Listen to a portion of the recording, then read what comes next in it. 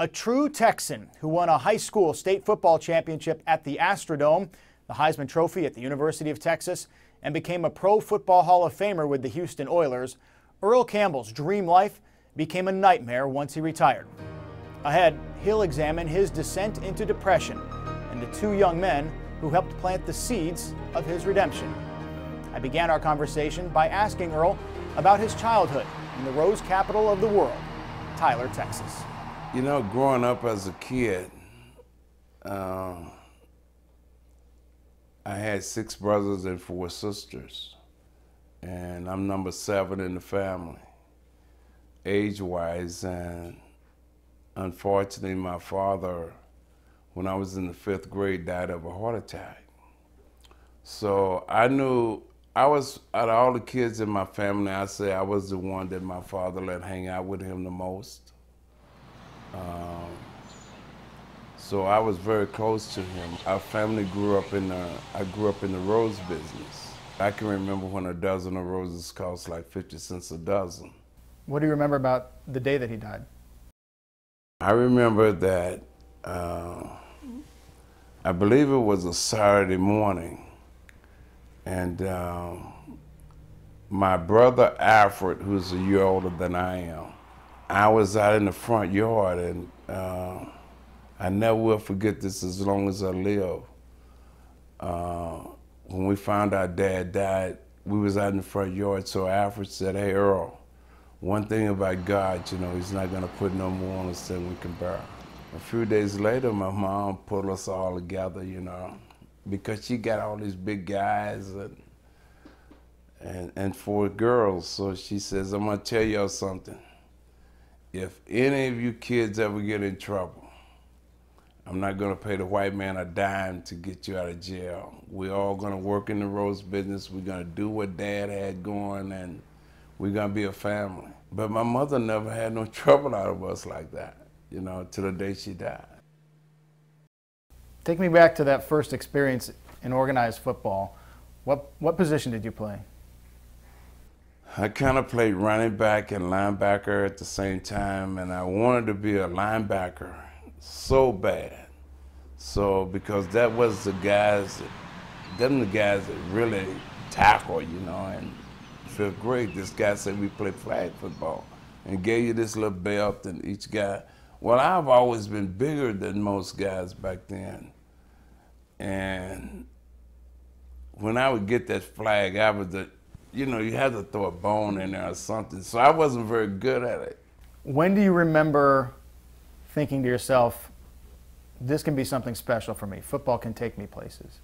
In the 8th grade at Dogan Junior High, I thought about it.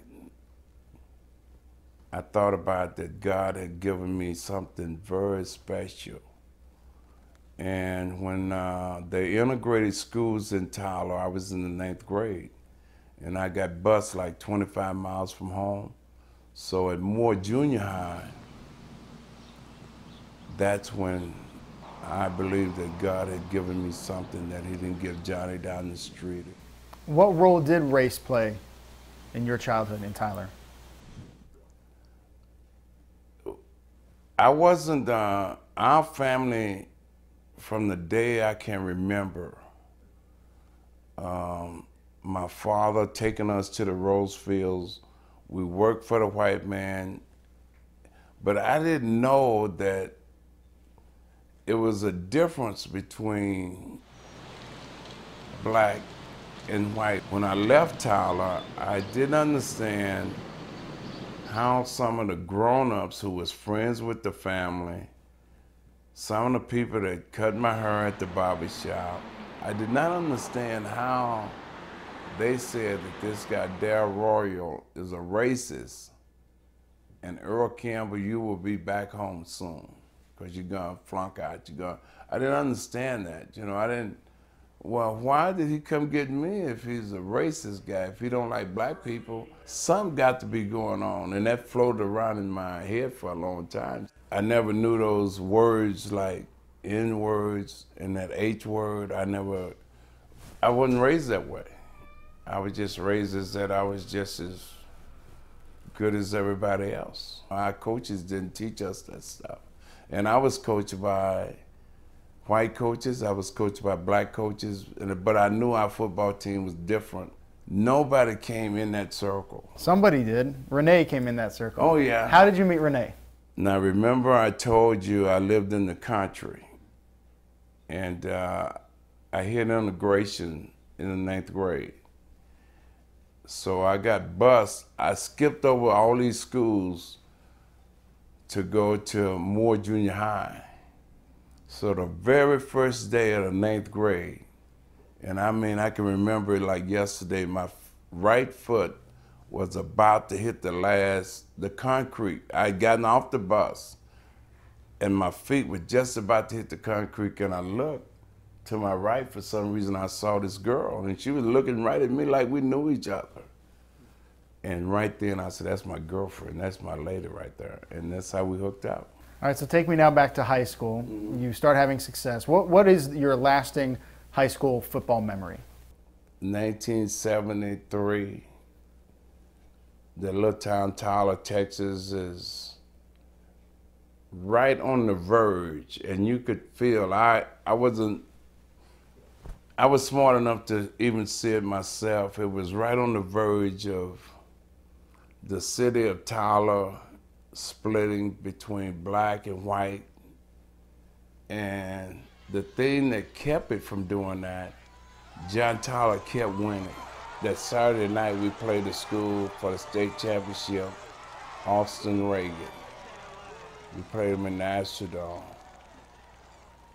And of course we won the game.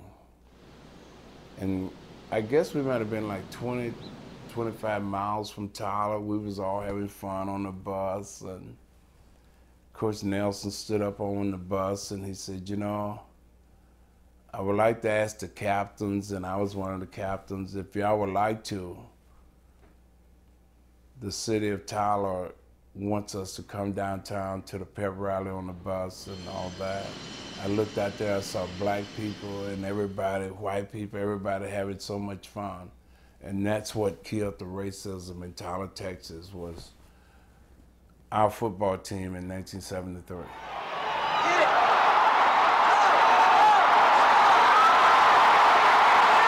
Heisman Trophy, and it goes to Earl Campbell of the University of Texas. What do you remember about winning the Heisman Trophy?